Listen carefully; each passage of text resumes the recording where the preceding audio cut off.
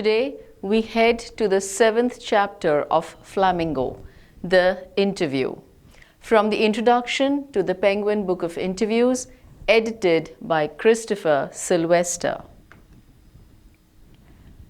Let's talk about him. Christopher Sylvester was a student of history at Peterhouse, Cambridge. He was a reporter for Private Eye for 10 years and has written features for Vanity Fair.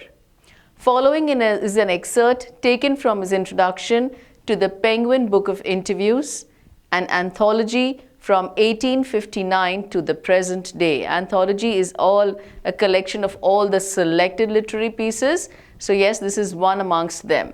And here, like we say, he was a reporter for the Private Eye. That's all. These are the people where they publish. So these are all the publishing houses.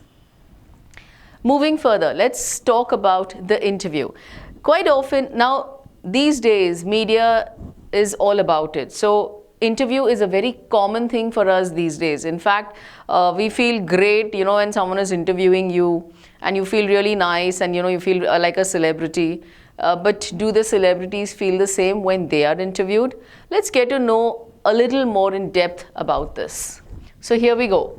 The lesson begins with the introduction to interview as a commonplace of journalism since its invention, which was a little over 130 years ago. Now this trend of interviewing, it started around 130 years ago. According to the author, it is not very surprising that people have very distinct opinions about the usage of interview. Everyone's, suggestions, everyone's opinions do vary. Some think of it in its highest form, whereas some people can't stand being interviewed. Some like it, they feel good, they feel special, they feel wanted, and the others feel, oh, you're intruding in our private lives. An interview leaves a lasting impression, and according to an old saying, when perceptions are made about a certain person, the original identity of his soul gets stolen. Now, it so happens when people are interviewed. Now, the interviewer asks certain questions which, probably you're asking something about, the private life, something which you should not be making into public. You don't need to publicize everything of everybody. But yeah, interviewers, you just don't know, what they come up with. So yes, so he says when such perceptions are made, when you listen to someone's interview, you probably don't know that person, but you judge that person according to that interview. So what happens? His identity, his original identity gets stolen. What he actually is, we don't get to know that. But what they talk, maybe he doesn't reveal everything. We judge the person according to that, which is so wrong. Famous celebrities, writers, and artists have been heard criticizing interviews. Yes. When they are cornered, when they're cornered with certain questions they don't want to answer, so they're all in for criticism. Rudyard Kipling's wife wrote in her diary how their day in Boston was ruined by two reporters. Now here, Rudyard Kipling's wife is telling you about her experience, how it happened. Kipling considers interviewing an assault, a crime that should attract punishment. He says this is, like physically someone attacks you. So this is like an assault. This is all about it. You feel that, this is a crime which actually should be punished. These people should be punished for, intruding into your lives. He believes that a respectable man would never ask or give an interview. He would neither ask. Why is he saying that? A respectable man, because we actually salute. We really honor each other's privacy. So we feel we should not do that. Let's stick to our own lives. Since its invention a little over 130 years ago, the interview has become a commonplace, very ordinary of journalism. When you talk of journalism, interview is just there. It's all about it. Today, almost everybody who is literate will have read an interview at some point in their lives. We all have. While from the other point of view, several thousand celebrities have been interviewed over the years, some of them repeatedly. The very famous ones, the ones who are very comfortable giving their interview, yes, very repeatedly you can keep watching their interviews, you keep getting their interviews. So it is hardly surprising that opinions of the interview, of its functions, methods and merits vary considerably. Yes, I mean, obviously, according to everyone has their own opinions, right? Some feel the method is good, some feel, oh, it's great, you should be, interviewed, you should be into the limelight, people should know you, people should know all about you. Some are all about it, some are open books, whereas some prefer to remain in the closed books. So what happens is, their opinions vary, they are different. Some say it's good, some say it's bad, some find the negative points in it, some find it very positive. So it all depends. So some might make quite extravagant claims for it as being in its highest form a source of truth and in its practice an art. Now what happens is, some have elaborate claims. Now yes, you have the words here and you have the meanings right here, so you can connect at once, right? So the extravagant here, what we are talking is excessive or elaborate. Now some have excessive claims, they really claim a lot for it as being in its highest form. Some find it as a source of truth and an art. They find it as an art where the interviewer, actually the way he questions you, it's also sort of an art. It's a talent, actually it's a skill. Not everyone can really do justice to it. Others, usually celebrities who see themselves as victims, might despise the interview as an unwarranted intrusion into their lives. Now, some find it really great, some find it an art, some find it a source of truth, whereas some celebrities, what happens is, they feel that they are victims. Why is everyone asking them questions? What are my future plans? What am I doing currently? Why did I do this? How did I do it? When did I go? Why? Why do you want to do it? So they despise the interview, they hate it. They hate the interview and they consider it as an unwarranted intrusion. Unwarranted is not justified or authorized. And intrusion is when the act of intervening, you are intruding, you're literally getting into someone's private lives when you're not even welcome there. So they consider the interview as such, or feel that it somehow diminishes them. It really reduces, they don't feel good about it. It's like, getting you into the low spirit. Just as in some primitive cultures, it is believed that if one takes a photographic portrait of somebody, then one is stealing that person's soul. Now, it's a primitive culture, it's some old tradition, it's an ancient tradition, some type of a culture rather, where it is believed that if you take a photographic portrait of somebody, you are literally stealing that person's soul. Now, this is a very age-old culture which I am sure no longer exists. Now, let's come to this. V.S. Naipaul feels that some people are wounded by interviews and lose a part of themselves. Now, like they said, the interview has a lasting impact, right? Something which goes on in your mind on and on. Now, he feels that they are wounded by interviews. When the interviewer asks certain questions, these people are badly hurt. Quite a few times you must have even come across some interviews where the interviewee, the one who is being interviewed, actually has tears in his or her eyes. So, it touches those soft corners somewhere. So they are basically wounded by it and lose a part of themselves. Lewis Carroll, the creator of Alice in Wonderland, we've all read that, was said to have had a just horror of the interviewer, and he never consented to be interviewed. Now, what is he trying to tell you is, the creator of the Alice in Wonderland, Lewis Carroll, now he had the worst experience, just horror of the interviewer. He never even wanted, he never even agreed to be interviewed.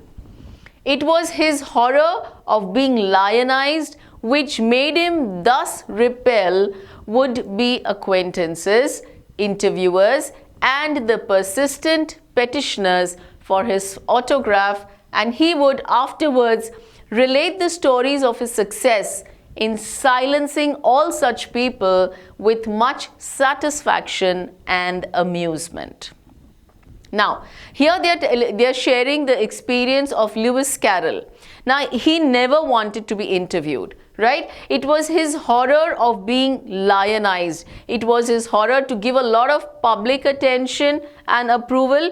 He was, terribly, he found it a horror literally. So it was his horror of being lionized. He never wanted to be made public, which made him thus repel. Repel means he literally forced back. He literally drove back. He just turned away from the would-be acquaintances, interviewers. He used to literally, run away from them. He would avoid them. He would ignore them. And the persistent petitioners, persistence means non-stop, continuous, and here petitioners is the person who keeps asking for something. So what they would ask for his autograph, and then what he would do is he would afterwards relate the stories of his success in silencing all such people. What he would do his success stories, he would tell such people who kept demanding, who kept asking him for his autograph, in such a manner that they would be satisfied and amused. Amusement here tells you the provision or enjoyment of entertainment. He would put it up in such a manner that yes, they would be satisfied, they would all be silent, they would cool down, stop questioning him. He would put it up in such a manner. Now, who is V.S. Naipaul? Let's talk about him. He is known as a cosmopolitan writer. In his travel books and in his documentary works, he presents his impressions of the country of his ancestors, that is India. He received the Nobel Prize in Literature in 2001. So that's about him. Rudyard Kipling expressed an even more condemnatory attitude towards the interviewer. Now see, here what we are getting is, we are getting the experiences of all the celebrities that they have come across. So what all interviews they have come across, how did they face it, what happened all about it. So here everyone is sharing their experience. Now let's talk about the experience of Rudyard Kipling. Now he expressed an even more condemnatory attitude towards the interviewer. Now condemnatory, he is expressing strong disapproval. He was like totally against it. Absolutely. Now that attitude he had towards the interviewer. His wife Caroline writes in her diary for 14th October 1892 that their day was wrecked by two reporters from Boston. Now his wife Caroline, she is telling you something that on 14th October 1892 they had the most horrifying experience. Why? Because two reporters had literally put them into trouble. They literally destroyed their day. That was in Boston. The interviewers were from Boston. She reports her husband as saying to the reporters, "Why do I refuse to be interviewed? Because it is immoral. It is unethical. It is not even right. It's absolutely wrong to be interviewed." That was his opinion. It is a crime, just as much of a crime as an offense against my person, as an assault like a physical attack, right? And just as much merits punishment. He says, now he's comparing everything. He's saying these are terrible. Now, how is it? He says it is a crime. It is a perfect crime. It is just like an assault. It's like, someone is physically attacking you. Just as much merits punishment. That these people should literally be punished. Those who attack you with questions, it's not literal attack. It's a physical attack, but it's through words. It's a verbal attack, more like it. Yeah. So he says such people should definitely be punished. It is cowardly and vile. It is extremely unpleasant. It is terrible. No respectable man would ask it much less give it. First and foremost, he says the respectable man would not ask it. He would definitely not ask, he would not take an interview, neither would he give it, much less give it. So both the cases, neither would he ask nor would he give an interview. Yet Kipling had himself perpetrated such an assault on Mark Twain only a few years before. Ironically, now where he said these lines that, you know, a respectable man would neither take an interview nor give an interview, but it so happened that he himself committed, he himself performed, he did this, he actually committed this crime himself on Mark Twain only a few years before. He had interviewed Mark Twain. Now, who is Rudyard Kipling? We are all aware, of course, a prolific writer who was known as the poet of the common soldier. Kipling's Jungle Book, which is a story of Kimball O'Hara and his adventures in the Himalayas, is considered as a children's classic all over the world. We are definitely aware of the Jungle Book, aren't we? We've all gone across it. I guess we've even watched videos based on the same. Here you have some other celebrities expressing their opinions. H.G. Wells, in an interview in 1894, referred to the interviewing ordeal. What do you mean by ordeal? A very unpleasant and prolonged experience. Now, do you see the negative adjectives that the interview is getting? Yes, it is being labeled, it is being titled with all such negative words. So yes, he referred to the interviewing ordeal, but was a fairly frequent interviewee, and 40 years later found himself interviewing Joseph Stalin. Now first, I guess that's the way it's been. First, they were all pretty against it, right? They called it as an assault, they called it as a crime, and then somewhere eventually down the line, they themselves interviewed people, other celebrities. So yes, 40 years later, initially that's what he would call it, an ordeal, but 40 years later, gradually as the time passed by, eventually he himself found himself interviewing Joseph Stalin. Now, Joseph Stalin is a great Russian revolutionary and an active political organizer. So basically, one celebrity interviewing another. Let us also know who H.G. Wells was. He was an English novelist, journalist, sociologist, and historian. He is known for his works of science fiction.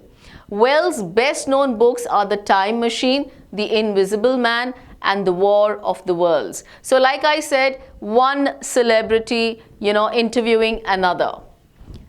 Another experience, Saul Bellow, who has consented to be interviewed on several occasions, nevertheless, once described interviews as being like thumbprints on his windpipe. Now here, Saul Bellow also had the same thing. He also had been interviewed on many occasions. He had given a lot of interviews, and he described the interviews as being like thumbprints on his windpipe. Now, who's Saul Bellow? A playwright as well as a novelist. Bellow's works were influenced widely by World War II. Among his most famous characters are Augie March and Moses. He published short stories translated from Yiddish. He won the Nobel Prize for Literature in 1976. So we've come across quite a few people who have experienced, who have spoken about their experiences of interview. Yet, despite the drawbacks of the interview, despite having all such negative features behind it, it is a supremely serviceable medium of communication. Serviceable medium as in it's fulfilling its function adequately. It is a usable function. Yes, it is a usable medium of communication. Now, these days, we are all aware already that that's the best source. You have so many shows having these interviews taken from them, but the celebrities. But ultimately, somewhere it is the most usable medium of communication. That's how you actually get to communicate, you get to know about the person. These days, more than at any other time, our most vivid impressions of our contemporaries are through interviews, Dennis Bryan has written. What is he saying? He's telling you that these days, more than at any other time, currently, like we are speaking of, our most vivid impressions, our most producing powerful feelings or strong, clear images in the mind. So such strong impressions of our contemporaries. Contemporaries are those, a person or a thing living or existing at the same time as another. So yes, all of them living in the same era, living in the same moment. You get to know more about them through interviews. Almost everything of moment reaches us through one man asking questions of another. One person asking questions to another. Because of this, the interviewer holds a position of unprecedented power and influence. Now, because of this, what happens when they are questioning the person? The interviewer. Now, the interviewer is the one who's taking the interview, holds a position of unprecedented. Unprecedented means something that he's never done before or probably known before. Power and influence. Obviously, he is the king at that point of time. Whatever he asks, the interviewee has to answer. So unknowingly he has a lot of power and a lot of influence at that point of time. Yes. Now we shall get to the next part of this chapter where we shall talk about an interview. Just as mentioned in the earlier video, we spoke about the interview. Now here we are talking about an interview between Mukund Padmanabhan and Umberto Eco. He is the interviewer and Umberto Eco is the interviewee. He is being interviewed by Mukund. I am a professor who writes novels on Sundays, Umberto Eco says that. And he goes on to explain it further. The following is an extract from an interview of Umberto Eco. The interviewer is Mukund Padmanabhan from The Hindu. Umberto Eco, a professor at the University of Bologna in Italy. Here G is silent, Bologna. And if you talk of the American thing, it's Bologna. That's how they call it. But here, right now, it's Bologna. In Italy, had already acquired a formidable reputation as a scholar for his ideas on semiotics, which is the study of signs, literary interpretation, and medieval aesthetics before he turned to writing fiction. Now, before he actually got into this, what all did he do?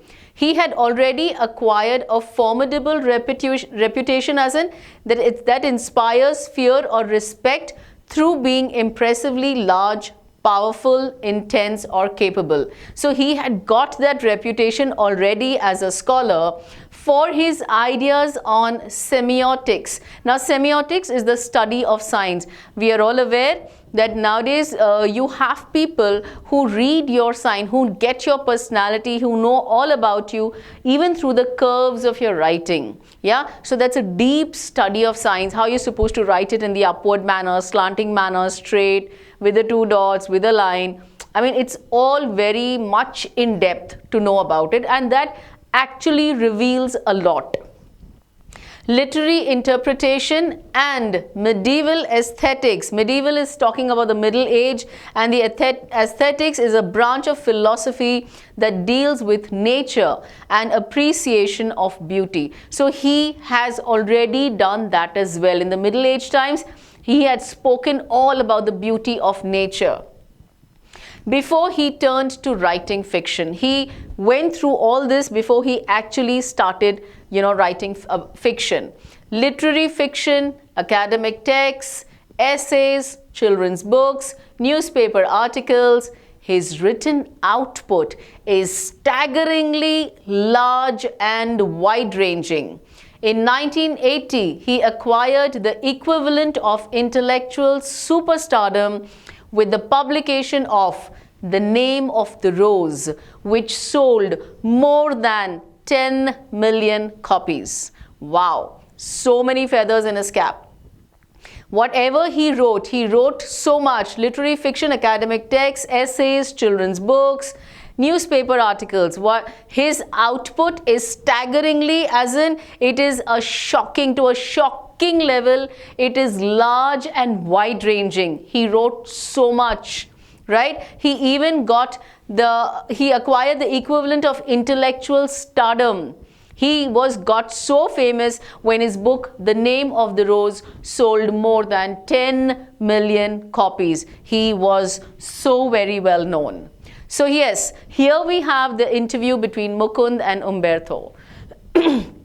Mukund, the English novelist and academic David Lodge, once remarked, "I can't understand how one man can do all the things he does." He who? Here it's Eco. He is talking about Umberto Eco. He's telling him, how on earth is it possible for one person to do so very much? What is Umberto's reply to it? "Maybe I give the impression of doing many things, but in the end, I am convinced I am always doing the same thing." When you read further, you will understand it more. Let's go for it. Mukund, which is Eco. Now that is more difficult to explain. I have some philosophical interests and I pursue them through my academic work and my novels. He says, I really cannot explain that, but yes, I do have some philosophical interests. Now, philosophical means it is relating or devoted to the study of the fundamental nature of knowledge, reality, and existence. He's saying, I have those certain interests and I pursue them, I follow them through my academic work and my novels. Even my books for children are about non-violence and peace, you see.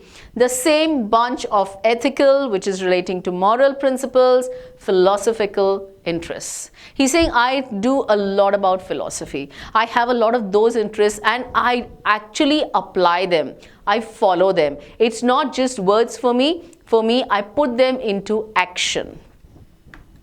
And the interview further goes, and then I have a secret.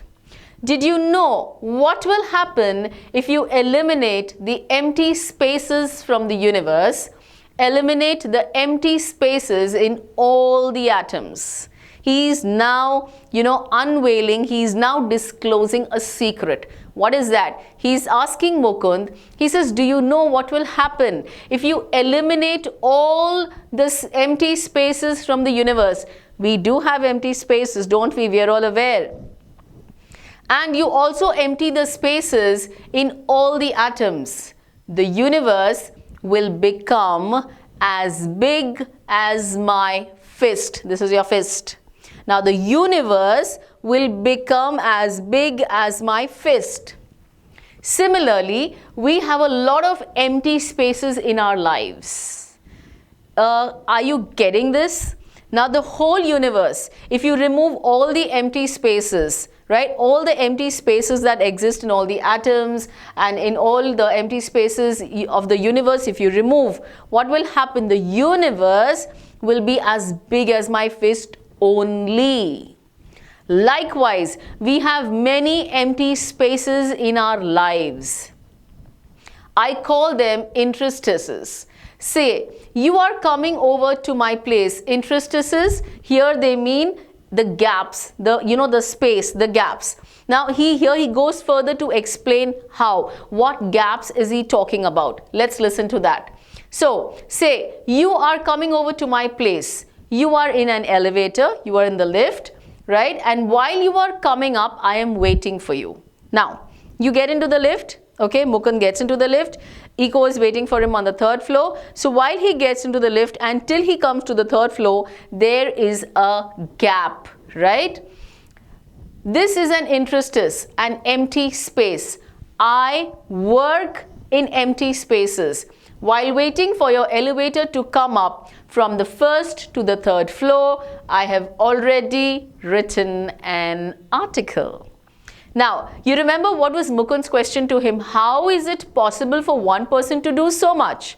Now, Eco goes ahead to explain this. He says these gaps which are in our lives, there are so many of them. If you go to utilize them, you can do a lot. You can achieve a lot. And this is what he actually does. That's how he explained to him when he told him that till you come from, the first to the third floor, that space, within that time, I am done with an article. I don't even waste a second. Not everyone can do that, of course. Your non-fictional writing, your scholarly work has a certain playful and personal quality about it. Whatever he writes, the academic texts, the essays, the children's books, he makes it very playful. It has a personal quality about it. It is a marked departure from a regular academic style. It is not the tedious, the monotonous, actually, long texts and stuff. He makes it very playful, very, it's fun. It's really good to read. Now, it's away from, it's so beautifully done. It is a marked departure. It is away from, it has gone away from the regular academic style, which is invariably depersonalized and often dry and boring. Yes, you definitely come across texts, across books, across essays, which are very boring, which are not really fun to read. They don't attract the reader. The reader just does not, have the thing to get absorbed in that book. So in this case, he says, your writing is way different from that. It is totally different from that boring style. In fact, yours is much more fun. It's much more playful. Mukund, have you consciously adopted an informal approach, or is it something that just came naturally to you? He says, his next question was, so have you actually consciously got into this method, this approach, or was it inbuilt? Was it there within you? Is it, inherited in you? It has come naturally to you? Umberto Eco reverts, when I presented my first doctoral dissertation is a long essay on a particular subject, especially one written for a university degree or diploma. So yeah, when he gave his first dissertation in Italy, one of the professors said, scholars learn a lot of a certain subject. Then they make a lot of false hypotheses. Here is theses, they make a lot of false theory. Then they correct them, and at the end they put the conclusions. You, on the contrary, told the story of your research, even including your trials and errors. Now, he goes further to explain. He says, when I did that, when I presented my first doctoral dissertation, one of the professors told me, generally what everybody does is, they make a lot of false theories. What are they? Then they correct them, right? And at the end, they put the conclusions. Now, that's the general presentation of a theory. But what did he do? What did Eco do? He had told the story of his research. He had even mentioned his trials and errors. That is where he realized that at the same time he recognized I was right. The professor told him that you're extremely right, and went on to publish my dissertation as a book, which meant he appreciated it. He says that was my first experience when I had given it there, and then these people, the professor loved it so much that he made it as a book, he published it further. So that to that level, they were happy with my work. At that point, at the age of 22, he was only 22 then, I understood scholarly books should be written the way I had done. He's saying all the scholarly books should not be the same monotonous way. They should not be boring. There should be some fun element in it. Yeah. So he said, I think that's where I learnt it actually. By telling the story of the research. That is why my essays always have a narrative aspect. Narrative aspect as in the action or process of narrating a story, but the narrative aspect is you're telling it. He would write it as though he's telling the story. And this is why probably I started writing narratives, that's novels, so late at the age of 50, more or less. He's saying I found it, in such a manner that, okay, that's why I started doing the novel thing late. Till then I enjoyed writing that. I remember my dear friend Roland Barthes was always frustrated that he was an essayist and not a novelist. He's saying his friend Roland was always frustrated. Why? Because he was an essayist and not a novelist. He obviously, you're writing an essay, it can have a good fun element depending on the topic, but yes, a novelist can vary the whole story. It was a story type. He wanted to do creative writing one day or another, but he died before he could do so. Unfortunately, I never felt this kind of frustration. He's saying I never lost it. I was totally in control of those emotions, those feelings. I never got annoyed, right? I started writing novels by accident. I had nothing to do one day, and so I started. He was not into novel writing. But what happened one fine day, he had nothing to do. And so it just clicked to him. Now it was already there in him. So he started penning down a novel. Novels probably satisfied my taste for narration, for the action or the process of writing a story. They satisfied. He felt good when he started writing novels. Mukund, the next question. Talking about novels, from being a famous academic, you went on to becoming spectacularly famous after the publication of The Name of the Rose. You've written 5 novels against many more scholarly works of non-fiction, at least more than 20 of them. Eco, over 40. He corrects him. He says you have done so much. You went on to becoming spectacularly famous after the publication of The Name of the Rose. You remember over 10 million copies had been published by then. They had been sold by then. So he says you've written 5 novels against those, scholarly works, at least more than 20 of them. He says, sorry, they are 40. Mukund, over 40? Among them, a seminal piece of work on semiotics. Seminal is an influential piece. You remember the study of signs? He had laid his impression then. Yes. So yes, amongst those 40 was also a very influential piece of work of semiotics, of the study of signs. But ask most people about Umberto Eco and they will say, oh, he's the novelist. Does that bother you? He's saying you did so many more before. You spoke so much about semiotics. That was so well known. But still today, people know you more as a novelist. Doesn't that really upset you? Doesn't that bother you? Eco, yes, it does. Because I consider myself a university professor who writes novels on Sundays. It's not a joke. I participate in academic conferences and not meetings of pen clubs and writers. He says, I go on for academic conferences. I get to know so much about it. I identify myself with the academic community. He is more into academics. But okay, if they, that's most of the people, have read only the novels, it's their luck. I know that by writing novels, I reach a larger audience. Obviously, novels are worldwide. Everyone picks up novels to read. But the scholarly books, now we have restricted books. Some are there, it's not the same all over. So obviously, novels go at a wider scope. I cannot expect to have 1 million readers with stuff on semiotics. Now, not everyone has novels. There are many people, most of the people who, go for it. But semiotics, which is a study of science, not many will be interested, obviously. Some of them who are really, in for it will go for it. Mukund, which brings me to my next question. The Name of the Rose is a very serious novel.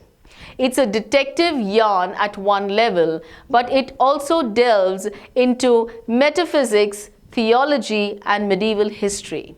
Yet it enjoyed a huge mass audience. Were you puzzled at all by this? He's saying, your book, The Name of the Rose, is a very serious novel. There's not that fun element, that playful element which he generally writes. It was a detective yarn at one level, but then it delves into metaphysics. It talks about metaphysics, theology, and medieval history. I mean, you can imagine what content must be there in that. But still, in spite of it, it had a large audience to it. So doesn't that confuse you that how come? Umberto Eco, no, it's not. Journalists are puzzled, and sometimes the publishers. He says, you know what, the journalists are puzzled and even the publishers at times. And this is because journalists and publishers believe that people like thrash and don't like difficult reading experiences. Well, just believe this. People, they like thrash. They like utter nonsense. I mean, they don't like reading, the difficult reading experiences. They don't want to get into that level. They are okay with at their level. Consider there are 6 billion people on this planet. The Name of the Rose sold between 10 and 15 million copies. So in a way, I reached only a small percentage of readers. But it is exactly these kinds of readers who don't want easy experiences. Now, obviously, if these 10-15 million people read his book, which was, on metaphysics and it was on medieval history, so it was these people who did not want easy experiences. They were in to go for something that was of their level. Eco, or at least don't always want this.